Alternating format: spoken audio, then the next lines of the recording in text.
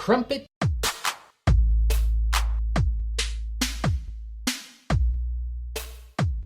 Espresso.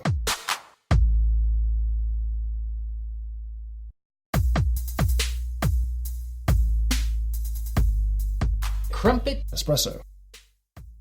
Greetings, everyone. It's the Garlic Bread Warlord, Nick Alifi, and yes, it is the time of the week when we feature the Cavalcade of Tasty Food and Beverage Items show. I don't know if that makes any sense, but I'm rolling with it. Anyway, we're going to start off with Corriere dello Sport, who featured a Black Friday front page. Why is this newsworthy? Well, because it's Roma versus Inter. Okay, why is this also newsworthy? Well, because the two players that Corriere dello Sport decided to feature were Romelu Lukaku and Chris Smalling, two black players. Big block lettering, Black Friday. Yeah, I know. It's absolutely stupid on their end. I don't know what in God's name they were thinking. When they were called out for obvious racist content, and they came back, the publication, and said that they were being lynched.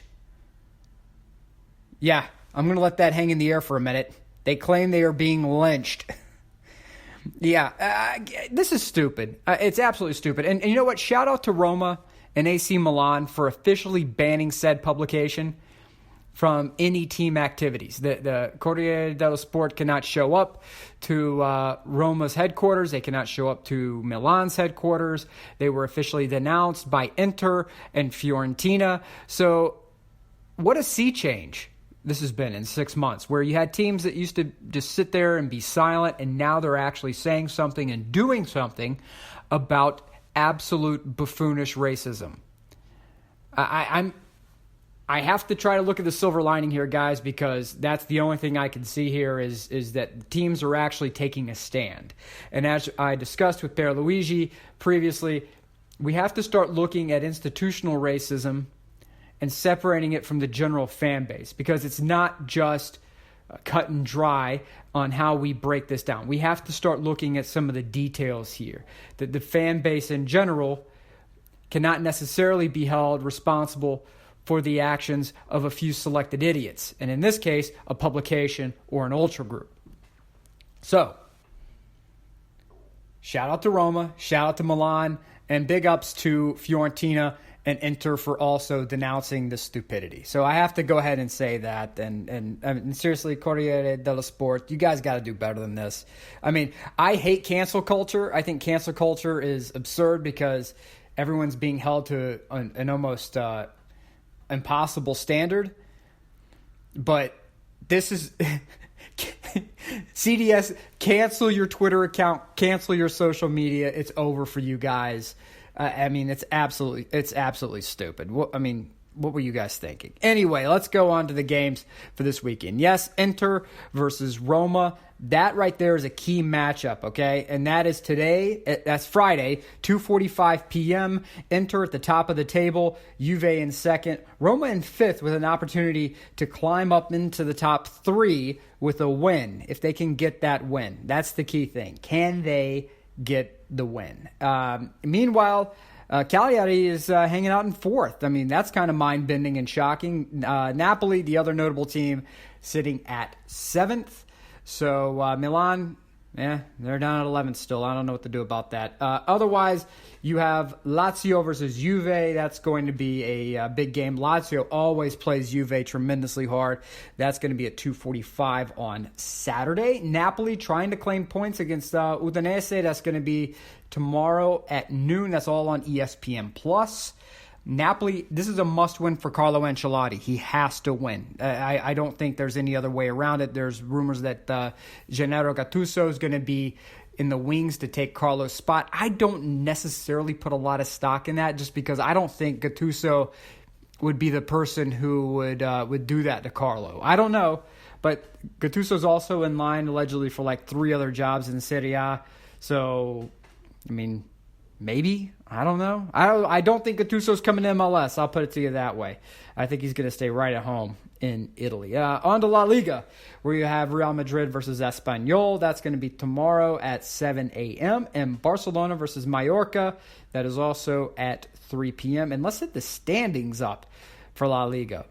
Well, it's 1 and 2. Shocker. Barcelona at 1, Real Madrid at 2, Sevilla at 3, Sociedad at 4. And guys, check out the points total here. 31 points for Barcelona, 31 points for Real Madrid, 30 for Sevilla, 26 for Sociedad, 26 for Bilbao, and 25 for Atletico Madrid. So no one in the top 6 has anything locked up, nor is anyone out of the fight. So La Liga, the most exciting race, recently? Can we put it out there and say that? Good. It's a league worth watching. That's going to be on BN. You can get that through the Fanatis app. Please go get Fanatis. Fanatis, cut us a check, man. We're giving you guys so much play. It's absurd. I'm going to switch things up and go to the Eredivisie, where you have today, Friday, 2:15 p.m., Ajax versus Willem II. Ajax is destroying everyone in the Eredivisie. Everyone. They are sitting at the top right now with 41 points. Alkmaar is at 35 in second, and then Eindhoven with 28 points in third. I'm not going to say the race is over, but the race is over. And Erik ten Hag, the manager of Ajax, is going to be probably the most in-demand manager. I know everybody's talking about Pochettino and some of the other names that get kicked around out there. But I think Erik ten Hag is going to be the guy who some of your bigger teams like Barcelona are going to go after. The guy's done everything he could at Ajax, considering what their model is and how they do things. So if he wants to take the jump, there will be no shortage of teams waiting on him. So just if you want to see how things are going to shake out, Ajax versus Willem II. Outside of that, you have Alkmaar versus Zwolle. That's tomorrow at 2:45. That's on ESPN+. And the same with Eindhoven versus Fortuna Sittard. That's going to be tomorrow at 1:45. So sprinkling a little bit of Dutch up in there for you, a little bit of the bubbly. Anyway, guys, what are you doing this weekend? What are you watching? Jason, John. John, do you have any bad food takes coming up for us? Anything helps. Just let me know. Something that I can get outraged over outside of slaughtering Italian news publications. As far as the Ezequiel Barco rumors go, Roma's out there. Roma, if you want to have your Serie A tie-in, Roma's out there allegedly looking at bringing in Barco. And if you look at the success that has happened with Inter and Lautaro Martinez, who they brought in at a ridiculously low rate, they put an escape clause in there of 111 million euro. Guys, it's good business, and other people are figuring this out. And if Roma can get Ezequiel Barco for 25 to 30 million euro, that's a steal for them. You partner him with Zaniolo, that is going to be an absolutely electric side if they can pull that off. And that is also within Roma's price range. Roma's not looking to do 65, 70 million euro for transfers. Anything from 15 million to about 38 million, I would say, is probably their range. That's puts Barco well within the line of sight. His talent's obviously there. He's somebody who has risen rapidly through the ranks of the Argentine national teams. So it's something outside of MLS that these teams will look at. So even if you have a bias against MLS, you can look at his national team work and see that the kid can play. But that's just something to keep an eye on. The rumors are going to be circulating.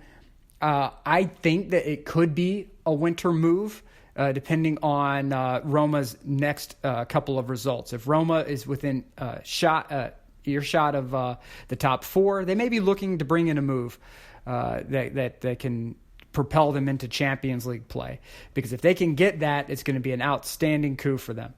Anyway, guys, take it away. Chop this up, edit it up, do whatever you're going to do. Just make me look good, which is not that difficult. Actually, it's really difficult. Please make me look good. Don't make me look stupid. All right. Love you guys. Mucho Euro, y'all. So much espresso. I'm downing it by the gallon. Ciao, ciao.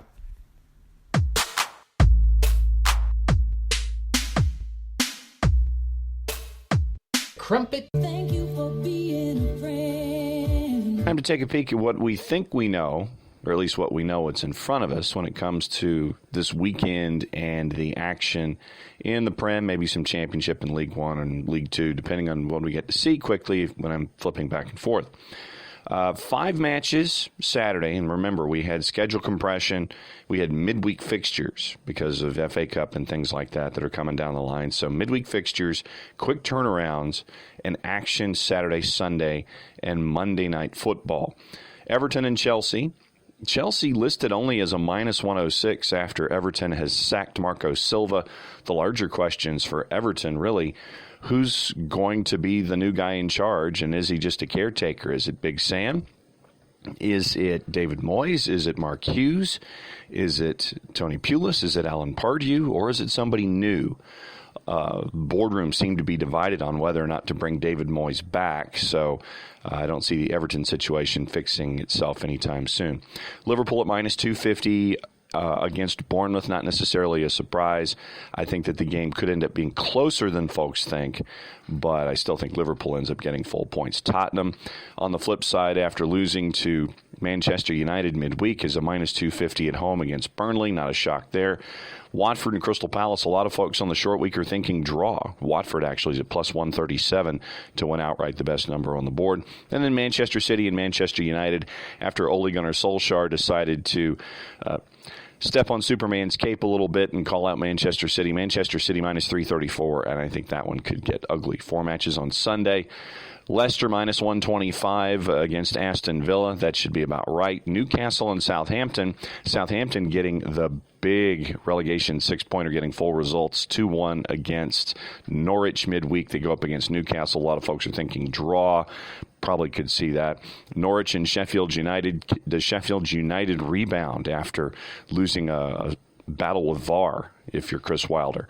They're thinking draw there as well, but Sheffield United plus 137. Brighton and Wolves, a lot of folks thinking draw here as well. So Brighton, the best club of the two, at plus 162. Your Monday night football is West Ham and Arsenal. Arsenal only minus 106, especially after the draw that happened midweek, turning around and catching back up with West Ham. So that's how things look in the Premier League. Taking a look at the Championship, you have a couple numbers on the board. Leeds at minus 188 going up against Huddersfield at the bottom of the table. Let's see. Cardiff minus 138. Fulham minus 150. Luton and Wigan looking like a draw. Middlesbrough slight favorite. Draw with QPR and Preston North End, which I think is a bit of a surprise. Reading and Birmingham, that's a draw look as well, as is Sheffield Wednesday and Brentford. 1 match on Sunday. West Brom is minus 167 going up against Swansea City. And I'm thinking more draw, but I didn't think that West Brom would be that much of a favorite at minus 167 going into the weekend, especially with a team that's chasing with them in the whole playoff fixture and the promotion picture as well. When you look at some of the action in League One, Bolton and AFC Wimbledon, Bolton trying to figure out a way to get any kind of positive results. They've been blown out a lot recently. Bolton actually is at plus 130 to get full points at home against AFC Wimbledon. And the biggest number on the board looks like it's Bristol Rovers, who is minus 188, hosting Southend United, who is at the bottom of the table.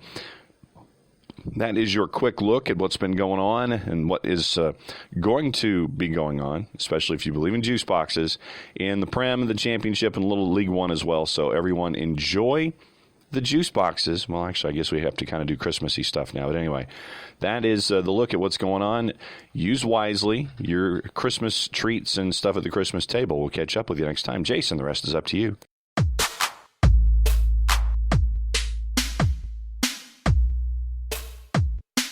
Do you know what iron brew is?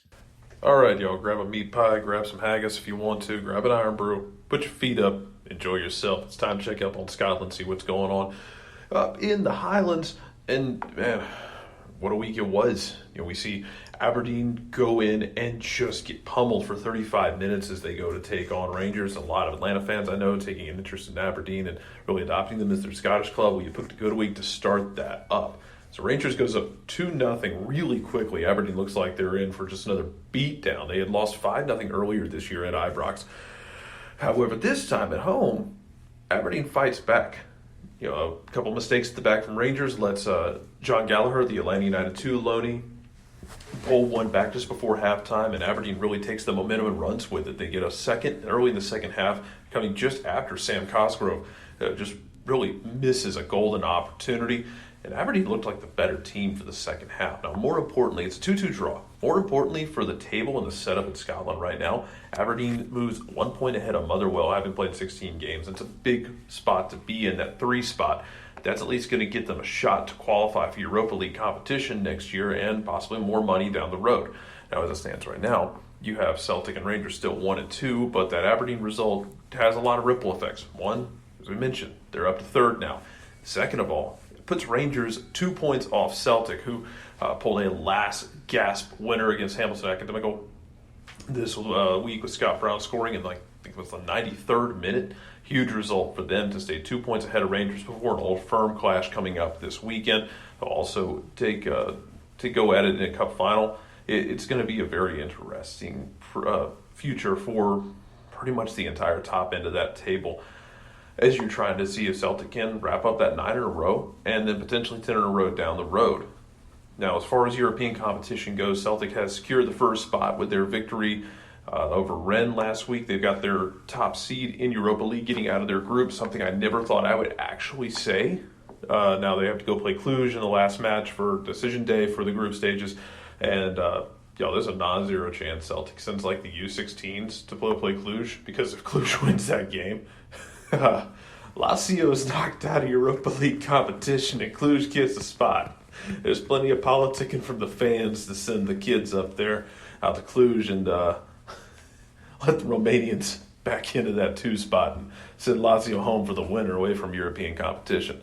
As far as Rangers are concerned, Rangers need to need to get a win to secure themselves. They've been in an absolutely insanely bonkers group through Europa League, have pulled some incredibly good results, including Tuperum dealing with Porto.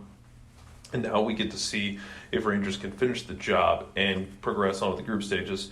Really important for Scotland's coefficient as they continue to try and climb up the ladder. I think they're in 15th right now. It stands to reason you could eventually see in 2 years' time, when this coefficient would take effect, you could see Celtic and Rangers, assuming they're going to be the top 2 teams, end up getting 2 Champions League spots instead of just 1 Champions League spot, where you're coming in the first round, second round of qualifying half the time. You go back a couple of years ago, Celtic had to go play Lincoln Red Imps right under the Rock of Gibraltar, famously losing Brendan Rodgers' first game at Celtic, which he was like, it's fine, don't worry about it. I mean, sure, they pumped them 4-0 in the return leg back in Glasgow, but still, it's a lot of rounds to go through to try and make it. So the coefficient is going to be vital there. Get 2 teams potentially in Champions League, and then potentially get that 3rd team. In this case, right now, it's Aberdeen with Motherwell hot on their heels, a chance for a better starting spot to get into Europa League. Now, as we close up here on the window, there's going to be some serious questions about transfers. Olivier Ncham, who's been the hero for Celtic, scored the last gasp winner in Italy. There have been talk in the summer about him moving on. 22-year-old Frenchman has been just out of this world this year. I believe he started every game for Neil Lennon's team. He's really found himself. It looks like he's going to stay long-term if Neil Lennon gets his way. They don't intend to sell him. Same can be said with Rangers and our large adult Buffalo child, Alfredo Morelos, who is still lighting the world on fire. Again, Steven Gerrard deserves a ton of credit for getting him to control his emotions and play like he's capable of playing, which he's done before, but now he's doing it without the self-destructive mistakes, getting suckered into things. It was becoming basically a Wile E. Coyote Roadrunner cartoon. Every time there was an Old Firm match, Scott Brown would poke the bear long enough to get Morelos out of his game and out of his head. And Morelos seems to be doing a lot better job of controlling those emotions. There's still a few flare-ups here and there. He's just a hot-headed guy. It's going to happen, but he's doing a lot better job of it. And Gerrard deserves a good bit of credit. I think the rest of that team does as well for helping him control that. Now, Rangers say they're not going to sell him. Everyone has a price. We'll see what the price tag looks like in January if someone comes calling for him, and what Rangers would do to deal with that. Because if they don't make the group stages in Europa League, I think it would be very hard to say no to the money he would bring in, especially knowing that Rangers is still trying to get solid ground there financially year in and year out. We'll check up, and next week we'll see what happens after everything is settled and the dust is settled for Europa League, get a better idea of what's going on, see what Aberdeen's got going as well. Shout out to John Gallagher again. Hey, man, if you're going to score, do it against the rivals. Never forget that Aberdeen went to Celtic Park and the fans saying, "We hate Rangers more than you." And it might be true. All right, y'all. Crumpets Espresso. We're done over here. Let's head back south.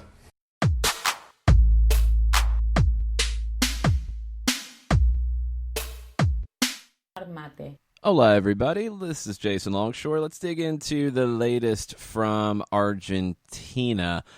Nobody wants to win the Superliga title this season, it feels like. All the top teams just keep dropping points on a regular basis, and it's created a very crowded top of the table. Boca Juniors and Argentinos are at the top, 29 points each. They drew last weekend. River Plate made up ground with their win. They have a game in hand. They're 2 points back. Lanús, Racing, both on 26, 3 points back. Vélez is 4 points back. Atlético Tucumán is 5 points back. Rosario Central, Talleres, Estudiantes, San Lorenzo, 23 points, 6 points back. That takes you all the way to 11th out of the 24-team Argentine Superliga. The action starts tonight, and the game of the night tonight is Independiente and Banfield, two Buenos Aires clubs and two clubs that have a connection to Atlanta United, and one Atlanta United player will be recognized at the match tonight. Ezequiel Barco, recognized in front of the fans of his former club, Independiente. It's sure to be an emotional night for Barco. He spoke to Argentine media during his break and said that one thing he regretted was not being able to say goodbye to the supporters of Independiente. And if you remember, during that transfer saga, the boat show, Barco Watch, he did make a really large donation back to the club on building some more fields for the academy, upgrading some stuff at the training ground, things like that. He loves Independiente. This will be a great moment for Ezequiel Barco tonight. So make sure you're watching that one with our friends Fanatis. You can subscribe. It's $9.99 a month. You get beIN Sport. You get Teisei. You get the Colombian League as well. You get Goal TV if you don't have access to that. So you can watch pretty much anything out of South America on Fanatis. Pretty sweet deal. Saturday's matches. The big one is Lanús and Racing, because you're talking about 4 versus 5 in the table, both 3 points back. Lanús is hosting. Sunday, Diego Maradona's Gimnasia trying to survive the drop. They have to pick up some wins and they have to hope for some help. This is a huge game for them, actually, when you look at the Promedios table, the relegation table in Argentina, because Gimnasia is hosting Central Córdoba. Central Córdoba is a team that is in their first season in the Superliga in a while. So when you look at the Promedios table, it's ranked over 3 seasons. So a loss for them would have a dramatic impact on their overall number. And that's what Gimnasia is looking for, is those dramatic impacts.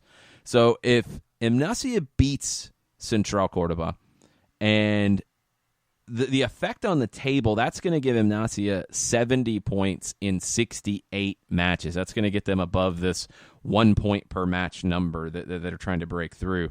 That's going to bring Central Córdoba down to 18 points through 16 matches. And when they lose 2 more losses, they're down in that 1 point per game table, and Gimnasia would be above that now with a win.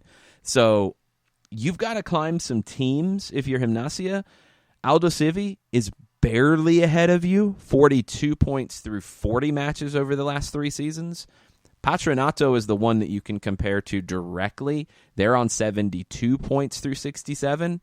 And if you think about it, if Patronato does not win this weekend, and they play on Monday hosting Vélez, number 6 in the league, Patronato is currently 21st, one of the worst teams in the league this season when it comes to possession, when it comes to picking up red cards. If Patronato loses, they would be on 72 points through 68. If Gimnasia wins, they would be on 70 through 68. the math starts to get really interesting, and Diego Maradona might pull off quite the rescue job if he's able to keep Gimnasia up. That's a big, big game for him on Sunday afternoon. Other games on Sunday, the heavyweights play. Rosario Central hosting Boca Juniors. That's 8 hosting 1. Boca's got to find some goals. They have struggled to score goals this season. The big game of the weekend is at El Monumental. River hosting San Lorenzo. These are two of the grandes in Argentine football facing off. River is in the best spot right now in terms of points per game. They have a game in hand. They are 2 points off the top of the table behind Boca and Argentinos. San Lorenzo will not make it easy for them. They're on 23 points. They're in 11th place, and this is one of those kind of underrated rivalries when it comes to the Argentine League. The other co-leaders, Argentinos, they play at home against Estudiantes de La Plata in the late match on Monday. That will be another really good one. There's some nice matches this weekend in Argentina. While I've got you, let's move up to Mexico and look at the Liga MX Liguilla that is at the semifinal stage. The first leg of the semifinals have taken place this week, and the lower seeds did get wins in their home leg. Monterrey beat Necaxa 2-1. Monarcas Morelia, they beat Club America 2-0. Red cards for each of those teams. It will affect the second leg. Second legs start Saturday night, 9:30 p.m. Necaxa hosting Monterrey. Should be a good one. Monterrey came into the Liguilla very hot after changing managers during the season. El Turco Mohamed has come in and really carried Monterrey into some of the best form in Mexico in the second half of the season. So they came in as the 8th seed, but they're maybe the hottest team coming into the postseason. Can they go to Necaxa and hold off? They have a 1-goal lead. Can they hold that? It's going to be a huge test. Club America at Estadio Azteca, they have to overcome a 2-goal deficit against Morelia in the second leg. That's on Sunday at 7:30.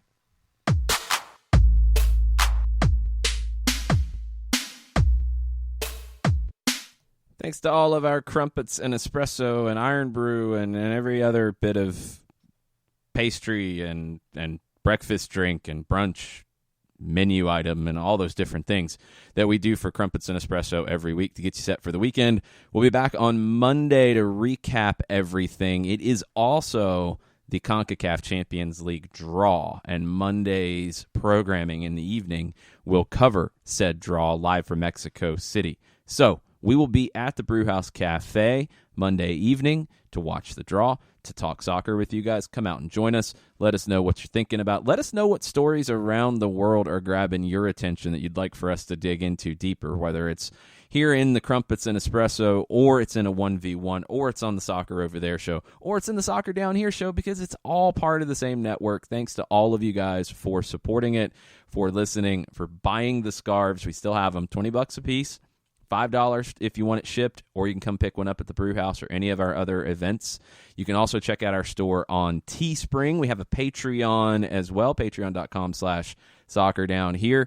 Any way you want to support us, help us grow, you can do that, and we greatly, greatly appreciate it, because that will allow us to provide more Crumpets and Espresso and anything else that we have to give to you that you can drink or eat or look at or listen to or whatever else. That's what we're here for. Anyway, we'll be back on Monday. Thanks, y'all.